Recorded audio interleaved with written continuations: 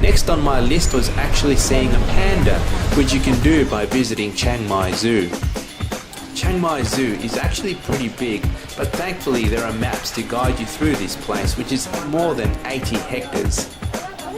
To travel around the zoo, you can actually catch a tram, which involves hearing a tour guide explain things to you. You are at liberty to take photos, and with animals such as elephants, you can even feed them directly and get close to them as well.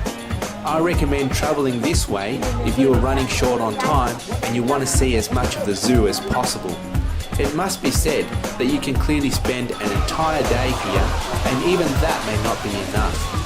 The other option for travel is the monorail, which can provide you a bird's eye view of the zoo, which can be pretty exciting too. There are several stops around the zoo where you can get on, which therefore enables you to combine travel means.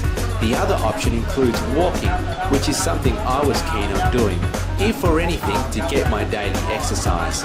It also enables you to do things at your own pace. In this zoo, you can see rainforests and environments that closely resemble the natural habitats of many of the animals here. Going up to the zoo, for me, also meant seeing a lion and a tiger. Otherwise, it just wouldn't feel like going to the zoo. I was quick to spot the lion, enjoying some sun during the day, and a bit more time was needed for me to spot the tiger, but it was pretty exciting to spot a white tiger, which for all intents and purposes is much like a regular one, but just with a white gene, so to speak. However, it is said that white tigers are generally smaller than their coloured counterparts, though this one looked quite large to me. White tigers effectively derive from the Bengal tiger or the Indian tiger, and this one here looked pretty tense too. Always exciting to see though, and part of the zoo experience.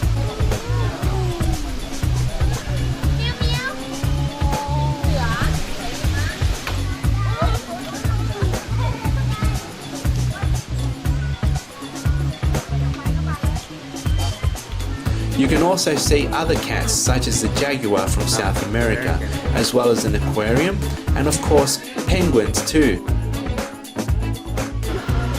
Penguins are quite majestic swimming underwater, and here you can see them do just that. There are a couple of daily shows in the zoo too, which involve a show with seals as well.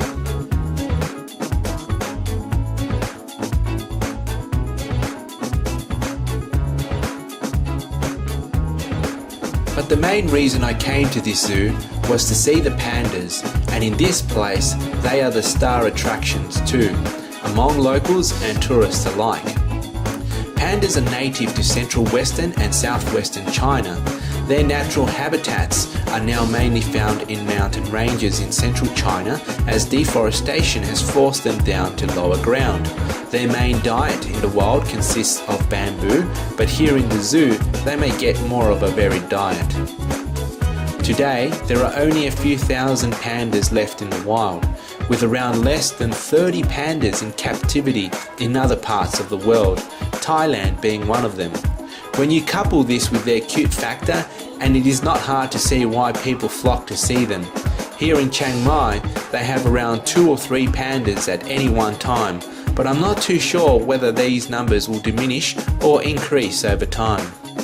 Chiang Mai Zoo was established in 1974 and founded essentially by an American by the name of Harold Mason Young. You see, the zoo was originally an animal shelter as far back as the 1940s.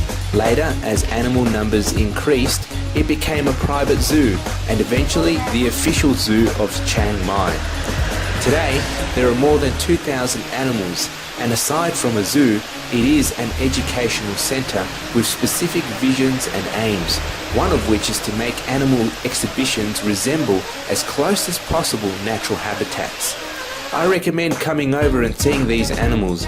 It is a great place to take the family, and the kids will love it.